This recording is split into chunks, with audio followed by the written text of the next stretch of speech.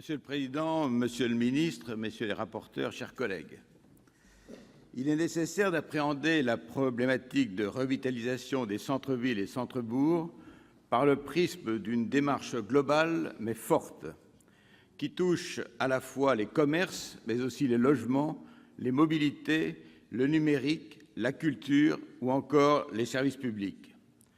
L'heure n'est pas à pleurnicher ou même à regretter le passé.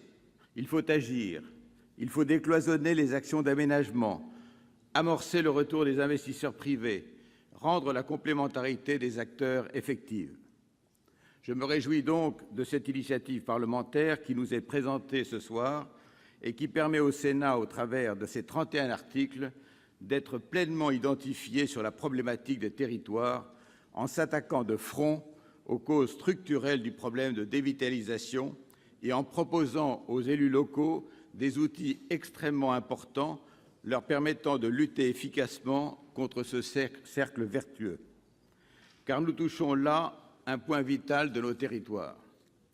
C'est donc tout naturellement que je souhaite, comme l'ont fait mes collègues précédemment, profiter de cette tribune pour féliciter les auteurs, Rémy Pointereau et Martial Bourquin, mais aussi les délégations sénatoriales aux collectivités territoriales et aux entreprises de leur implication sur ce sujet.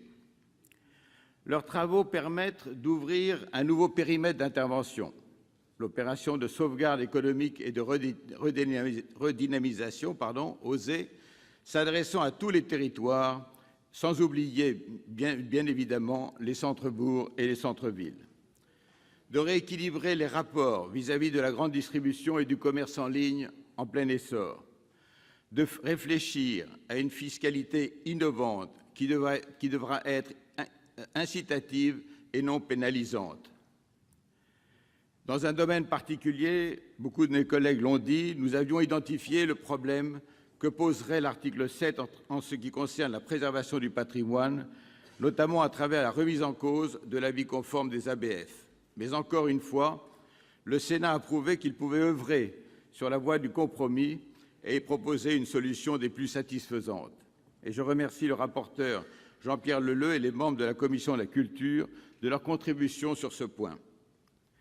Enfin, la création de l'agence de revitalisation que les auteurs proposent prouve que nos réflexions convergent, puisque figurait l'année dernière au sein de notre rapport avec le président Maurey cette idée de créer un guichet unique au service des territoires ruraux et périurbains pour répondre à leurs besoins en ingénierie et en conseil. Et je dirais même que cette dynamique est à l'œuvre, par-delà les tergiversations du gouvernement sur ce point, comme en témoigne l'adoption ce soir de la PPL équilibre territorial et vitalité de la démocratie locale de nos collègues messieurs Philippe Bas, Bruno Retailleau et Mathieu Darnaud, qui met en place une agence nationale de la cohésion des territoires et sur laquelle j'ai pu m'exprimer en tant que rapporteur pour avis. Aussi, dans le but d'inciter l'exécutif, en association avec les élus locaux, à optimiser les instances d'intervention pour la cohésion des territoires et de rationaliser les moyens, il me semble que l'agence proposée par la présente PPL aura vraisemblablement vocation à s'intégrer à cette agence nationale qui doit être le coordonnateur de l'ensemble des opérateurs.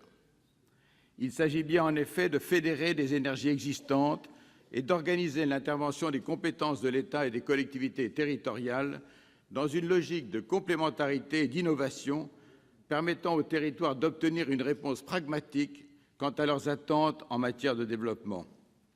En conclusion, et vous le savez, Monsieur le Ministre, le seul plan Action Cœur de Ville ne suffit pas et qu'il est indispensable d'engager un dialogue partagé et constructif avec le Sénat et les associations d'élus pour l'avenir de nos territoires. La politique destinée à redynamiser les centres-villes et centres-bourgs est en cours d'aménagement et l'urgence à repenser nos schémas doit être le vecteur d'une certaine audace. Alors je vous le dis, mes chers collègues, il est nécessaire d'apporter notre soutien à l'économie de proximité que propose ce texte. Il est nécessaire d'oser. Je vous en remercie.